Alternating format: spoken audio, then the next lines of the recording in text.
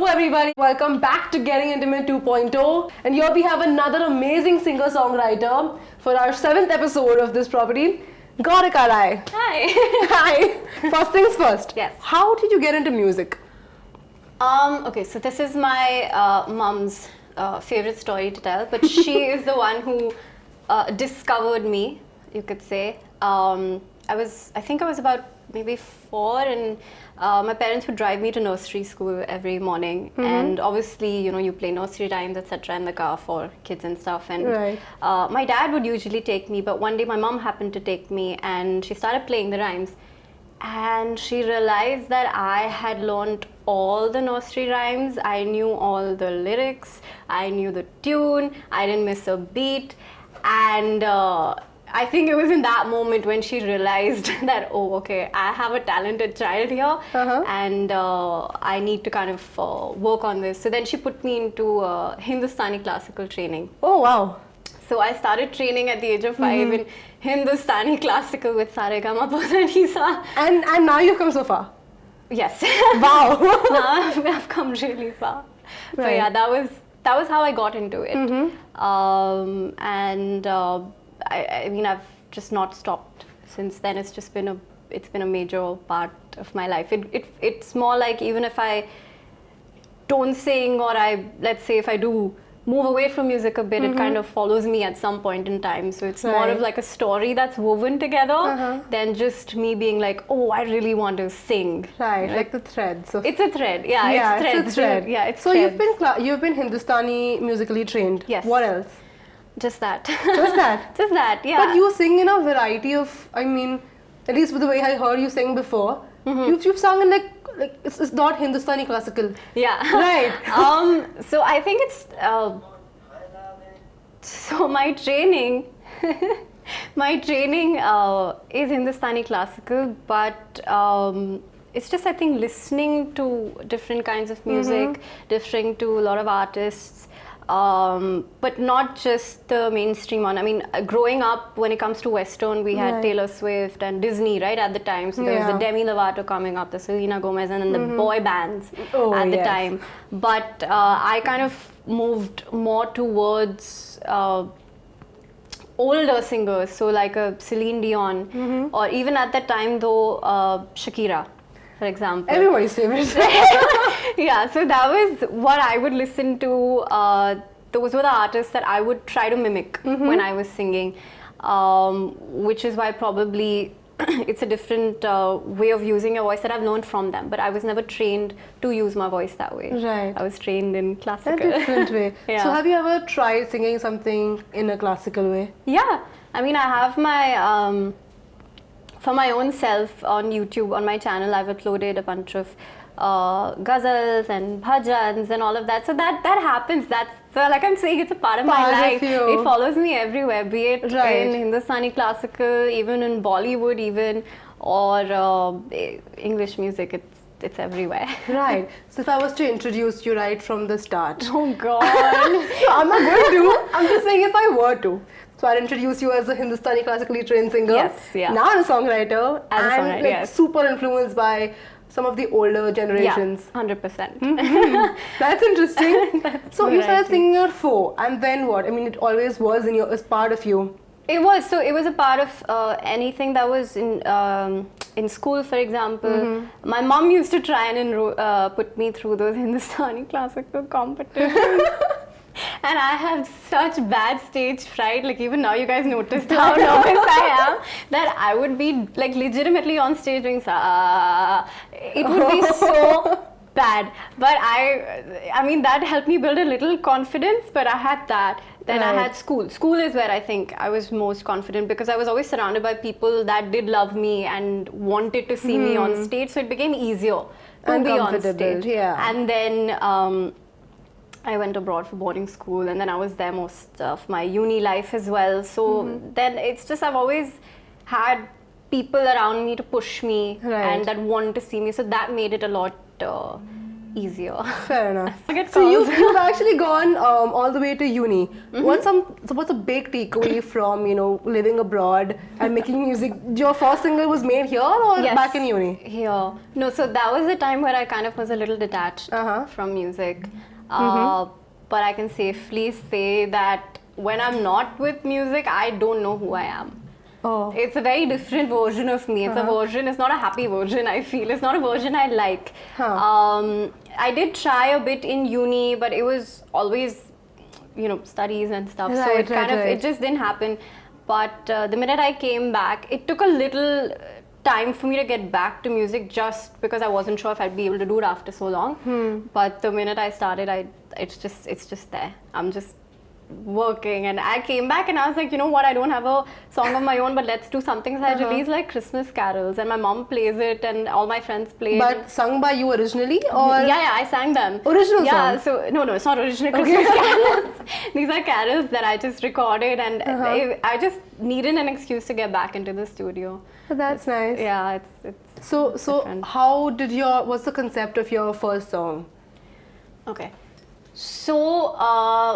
So Be Myself, if anyone has heard the song here, if you want to check it out, you'll see the lyrics are written as affirmations to yourself.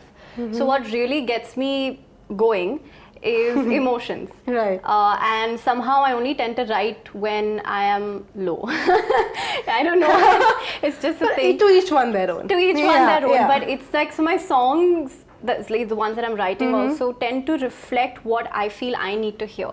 So it becomes something that is relatable not only to me, but everyone who's low. And so Be Myself, given that it was the first song that I wanted to put out there, I did it with a friend of mine. I just called up my friend and I said, hey, I have something written. Do you want to come and, correct it with me, or just hear it out? And we kind of ended up, she helped me with it a lot, and we did it together, and it just ended up being me.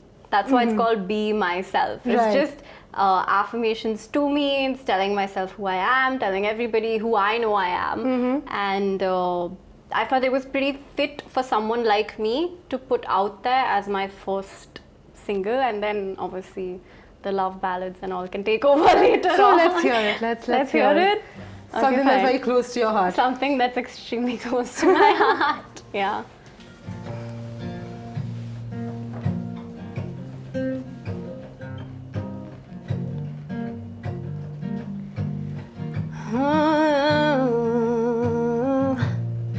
Individual and confident, but is that enough to be different?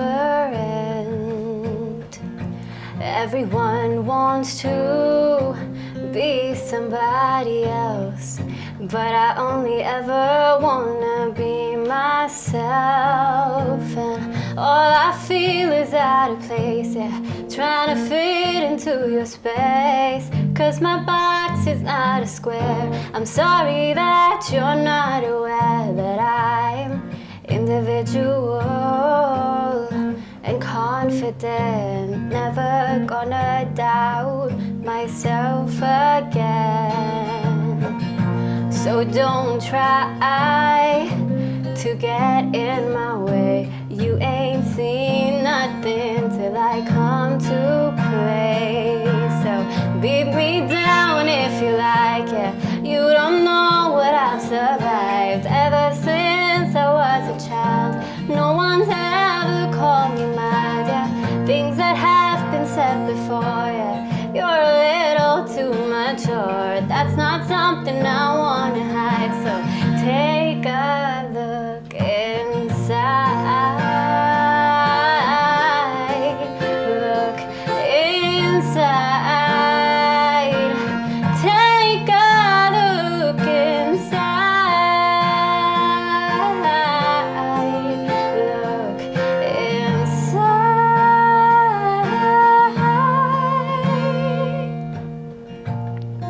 Individual and confident, but is that enough to be different? Everyone wants to be somebody else, but I only ever wanna be myself. Wow. Thank you. Wow, that was amazing. So now I Thank know you. why you've written your affirmations into a song. Yes, You recorded this earlier this year. You released this earlier this year, right? I did. I released this. Actually, it'll complete a year in a week. Wow. Yeah. Oh wow. So Yeah. last year then, like end of 2021. Fair Yeah, enough. so I mean, on the 1st of Jan is when I released it. New year, new me. Nice. Yeah. Can we expect something else to come in this new year? Oh, 100%, 100%. I'm working on a lot of things right now. Uh-huh. So I plan on hopefully releasing very soon couple Right. of things. But you've also sang this song earlier this year for Valentine's Day. I did. Tell me I about did. that. No, so it's not a love song. It's not written Right. for someone, but it was just, so I love and I wanted to perform. So I ended up singing as a Valentine's Day gig, and I performed obviously a bunch of songs as well as Be Myself. But so obviously, like I said, I have a great support system. Right. So I had a bunch of friends there who knew the song, who know the song as well. So just singing and then listening to people sing it back it's a very different experience. Like, What about the upcoming projects? You've already said you're going to release a lot more. so I do want to release a lot more, and the upcoming projects, I think I've just kind of decided that whatever I plan on releasing right now and in the future, at least for a while, is just going to be about my aim with my music is always to help someone. Right. It's like with my song or with anything, my lyrics will always be such that it'll make you think and it'll make you feel and probably make you remember that one moment where you felt this way and you needed a pickup, in Right. life. So I know that my songs will mostly be around that. Because that's what sticks with me. Those are the kind of songs that stick with me. Those Right. are, those memories you have that always in that moment I heard this one song in that car one day, and that was a good memory. And So that song forever stays with you. Then that memory will always stay with you. exactly. Yeah. Like Jocelyn Royal. Yes, right? yes. So she had said this and it kind of stuck with me. She's like, everybody loved Kala Chashma, but what's actually sticks from that movie is Kho Gaye Hum Kaha. Right. So it's that kind of a difference. We were The talking vibe, about yes, even this. here. Exactly. So that's Right. essentially what I want my music to be about, and that's the kind of difference I want to make to someone's life. Wow, per that's se. beautiful. Yeah, it's deep. But then what makes you creative? I mean, sometimes you get a lot of writer's block even while songwriting. What's the one thing that keeps you going enough and inspires you enough to write? So I think, like I said, my lows, my Your sad lows. moments really Is it make too me many? write. Too many sad moments. I'm sad all the time. Oh my God. Yeah, I don't. Currently that's the sad stuff that's making me write. But it's not just that. It can be just I'm driving on my way home from work and something's come to me and I'm like, oh, okay.